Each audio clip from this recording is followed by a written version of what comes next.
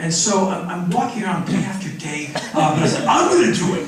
And so I signed up, and the intercom says, okay, all of our campers, head down to the lounge for your briefing. So I run down there with my notepad. And they said, okay, we have 2 ways to camp at Nico Harbor tomorrow night. You can live in a tent, or you can live outside. And I'm thinking, well, a tent might be cool. And then the lady says, and it's 2 to a tent. I'm like, sleep in a tent with someone. I have incredible intimacy issues. I'll sleep outside naked. I'm not sleeping in a tent. So I said, oh, I'll sleep outside alone in the ice. And 2 other people signed up for the sleeping bag, the bivy bag, which keeps you from getting wet, and the Great Wide Open. And so we go to Nico Harbor, which is 800 million penguins, Gen 2, horny and full of food. And you just kind of stagger past this brown mound they've made, and you go to a cleaner, whiter part of the snowy island so you can dig a hole and sleep in it.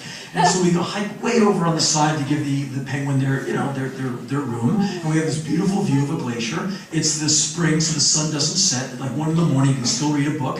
And all the tent people are setting up their tents, and me and the sleeping bag people were digging our square holes so we can cut the wind. And I dig my hole, I jump in, I set up my sleeping bag, and I tuck myself in and just sit around just digging the evening. It's now like 10 p.m., it's still light. I said, well, I'm going to sit up for a while, dig the nature scene, as Sonic Youth says, and just take it in. And it was amazing. The wind would turn, you're like, oh, I can't sleep, there's too much crap. And in your left ear, and you look over, there's all these penguins like mating and nesting.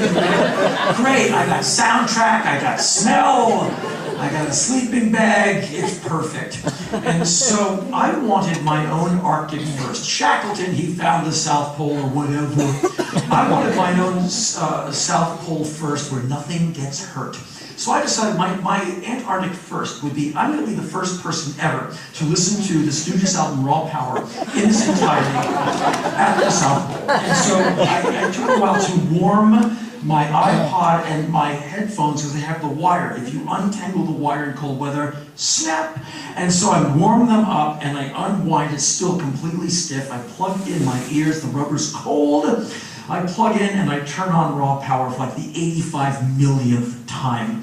And the music is going, the smell is intense, my view is amazing. Like 75 million tons of ice hanging precariously on the front of some glacier face. And between songs, the song fades out and the penguins fade up. It's like, into the next song. I have never experienced raw power in this way. It was truly raw power. Come to the end of the record, wind up my gear, tuck it all back in, and I just sit up and just dig it for the rest of the evening. Fell asleep for about an hour and a half, woke up covered in snow. It was snowing. So you dig yourself out of the snow, and then Leanne goes, all right, everyone, you campers, time to go. It's 5:30, back to the ship to thaw out. And we roll up our gear, we help all the tent people roll up their gear, and we take all of the stuff, we put it on the boat, and we go back to the ship. And so I go back to my little cabin, I thaw, and I have a 100-minute coupon for internet. And so I immediately write a man named Henry McGrogan, who manages Iggy Pop. Dear Mr. McGrogan, 'tis I, Henry R.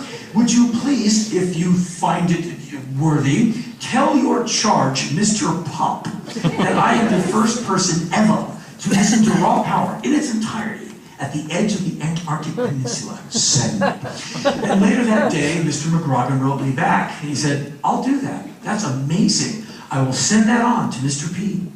And I had a chance to talk to Iggy, my hero, the heavyweight champion of rock and roll, undisputed heavyweight champion of rock and roll, about my Antarctic first.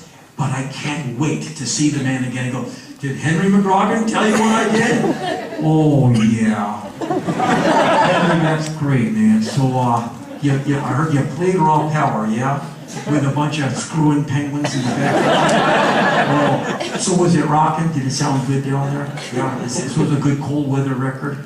Man, that's really far out. Thank you so much for doing that, Henry. That's really meaningful. That's really great, man. So glad you did that. I have found, I've been working on it for years, to do a good Iggy Pop imitation, you not only have to have that Midwestern twang, you have to curl your upper lip over your teeth, and if you can, smear your left lip up just a little bit. But the most important thing is at the end of every sentence, you got to slow it down just a little, so everything you say sounds profound.